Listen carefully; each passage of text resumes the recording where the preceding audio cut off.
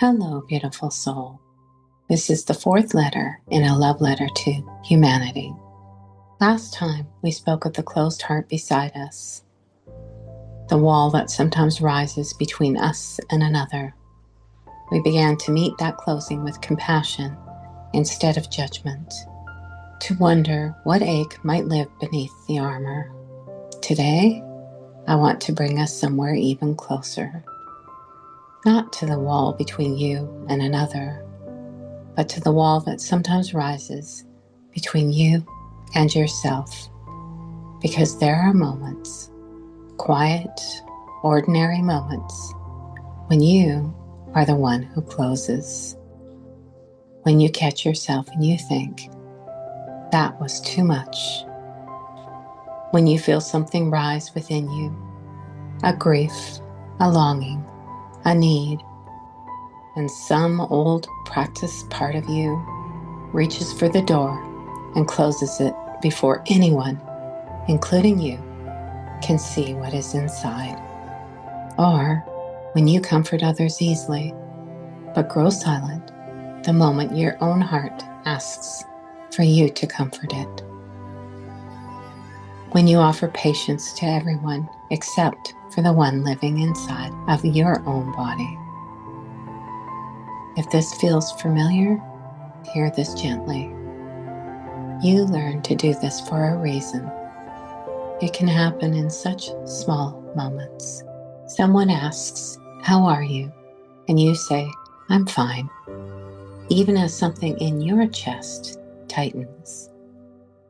You feel the tears rising, and some old reflex sends them back into hiding before they're even allowed to be seen, even by you. You accomplish something meaningful, and instead of allowing yourself to feel proud, you begin naming all of the ways it was not enough. You long for something, closeness, rest, tenderness, the feeling of beauty truly known. And instead of acknowledging the longing, you busy yourself until the voice grows quiet once again. This is not weakness. It is a shelter you once learned to build. Somewhere, at some point, openness may have cost you something. Perhaps your tenderness was met with impatience. Perhaps your need was called too much. Perhaps your joy was diminished, your grief hurried, or your truth misunderstood. Perhaps you learned, as so many of us did, that it felt safer to be the strong one, the calm one, the one who does not ask for anything in return. And so a door was formed, not because something was wrong with you, but because some part of you was trying to protect what was tender. And over time, you may have become very skilled at closing that door, even against yourself. And here is the tender, complicated truth. The same compassion you learn to offer the closed heart of another may be the compassion you have rarely offered your own.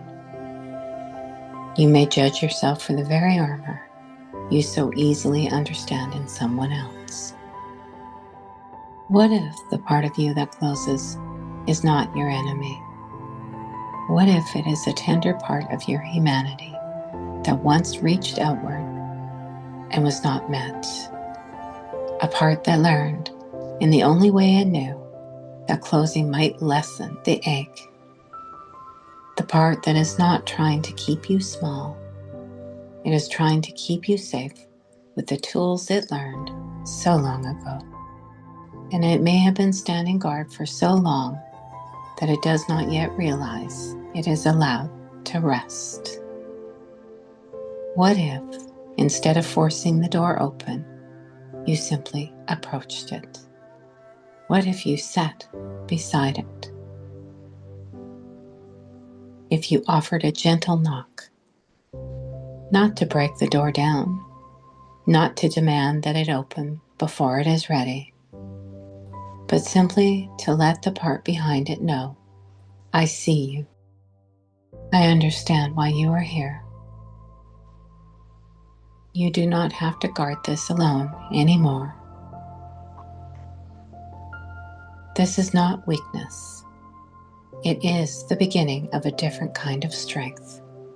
A strength that does not ask the armor to disappear before love is allowed to enter. A strength that knows safety is not created through force. It is created through presence. And I invite you to take a nice deep breath with me as we connect to the Divine Mother. And she says to you, Beloved, come closer now. Not to force the door, only to sit beside it with me. I have never needed you to be open in order to love you. I was here in the moments you said you were fine when you were not. I was here when you swallowed the tears, when you minimized the joy, when you filled the silence so the longing could not be heard. I did not turn away from your closing. I have never turned away from any part of you, least of all the part that learned to protect what was tender. You do not have to force this door open, beloved, to prove that your healing is real. Healing does not always look like every wall falling away at once. Sometimes healing looks like sitting beside the wall with patience. Sometimes it is placing a loving hand upon the door without asking it to move. Sometimes it is remaining there long enough for the guarded part of you to discover that love is no longer leaving. This is how softening begins, not through demand, not through judgment, but through a presence gentle enough to be trusted. Can you let me love the guarded part of you exactly as it is right now? Not only the future version of you who has learned to remain open, but this version, mid-protection, mid-remembering, still practicing, still learning that it is safe to be held. Can you offer the same grace that you have to another, to yourself, beloved? You do not have to earn the softness by first proving that you no longer need the armor. The armor is welcome here too. Nothing within you is excluded from my love. Take a gentle breath in and whisper inwardly, I see the part of me that closes. And breathe out, I do not have to force it open. And breathing in, I can sit beside it with love. And as you breathe out, I am learning that it is safe to soften slowly. Bring to mind a recent moment when you closed. Perhaps there was a feeling that you swallowed, a need you diminished, a joy you minimized, a truth that you did not allow yourself to name. Do not judge the moment. Do not try to undo it. Simply notice. And you may place your hand over your heart and say gently, I understand why you did that. Thank you for trying to protect me. And then, only if it feels true, you might add, you do not have to hold this alone now. I am here. You can rest here in this breath, beloved. There is no need to make a promise. Your body is not yet ready to believe. One breath of rest is enough.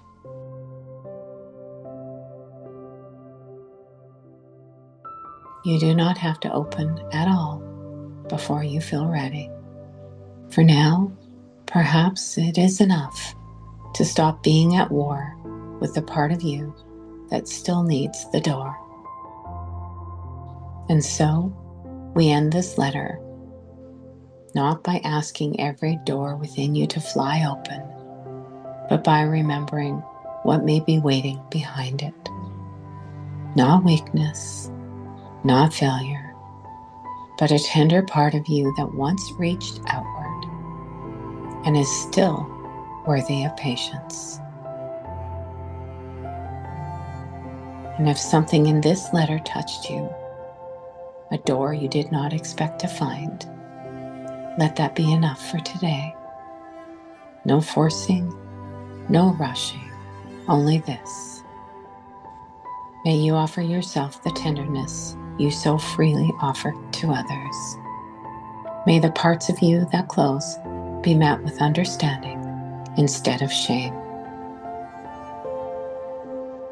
May the doors within you discover that love will never demand their opening. And may you remember that softening is not a single moment, but a living practice, gentle, patient, and unhurried. And may you know, beneath every door you have ever built, you were always worth reaching for. You are always worthy of being met, and you are worthy of your own loving presence now. And if something in you has softened during this letter, there is a private path, one soul at a time, a sacred session of remembering and reweaving. And there is a communal hearth, the woven way, a gathering of souls who are remembering together, held in Sunday transmissions and shared presence. Both are there waiting, if and whenever you feel ready.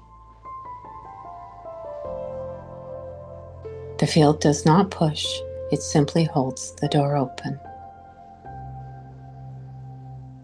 Until then, I send you love, I send you peace, and I send you blessings. Namaste, beautiful soul.